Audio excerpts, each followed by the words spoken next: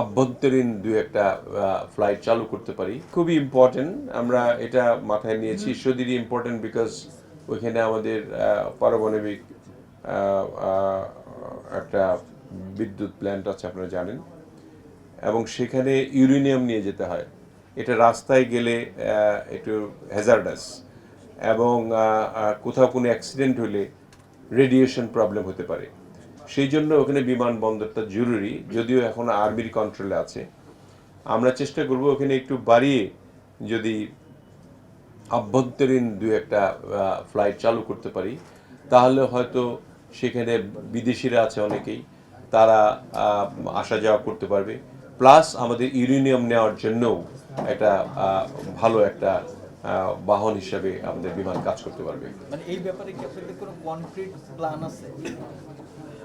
Plan হলো আমাদের ওখানে আভ্যন্তরীণ একটা এয়ারপোর্ট আমরা এক্সপানশন করে, ওখানে আছে অলরেডি এয়ারপোর্ট আপনার সম্ভবত 6,000 ফিট রানওয়ে আছে আমাদের। এটাকে বাড়াতে হবে আরও 2,500 ফিট, মানে আমাদের রেনোভেট করতে হবে কিছুটা, প্লাস 3,000 ফিট করতে হবে, আর ছোট একটা টার্মিনাল বিল্ডিং করতে হবে। তো এই হলো আমাদের ওখানের কাজ, মানে ওটা আমাদের প্রায়োরিটি ভিত্তিক আমরা শুরু করব। মধ্যপ্রাচ্যের ফ্লাইট আমরা অনেক বাড়াতে চাই। আমরা যতদূর সম্ভব বিমানের সক্ষমতা অনুযায়ী আমরা লিজগুলি করব। যত প্লেন লিজ করতে পারবো তত ফ্লাইট বাড়িয়ে দেব, কারণ বাংলাদেশের ফ্লাইট, বাংলাদেশের মানুষগুলি কিন্তু সম্পূর্ণ ইউজ করতে পারছে না। আমরা 1/3 ইউজ করি বাংলাদেশ বিমান, 70% ক্যারি অন্য ক্যারিয়াররা বহন করে। আমরা এটা কমিয়ে আনতে চাই, আমাদের ন্যাশনাল ক্যারিয়ার যাতে আমাদের নিজস্ব লোকদের ক্যারি করতে পারে, এই জন্য অনেক ফ্লাইট বাড়াতে চাই। এবং সক্ষমতা অনুযায়ী আমরা বিমানের এক্সিকিউটিভ বোর্ড, বিমানের বোর্ড, তাদের সঙ্গে আলোচনা করে আমি সিদ্ধান্ত গ্রহণ করব। আমাদের আমরা ইতিমধ্যেই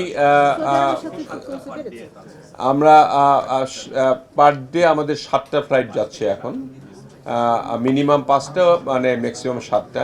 সেটা আমরা ডাবল করতে চাই।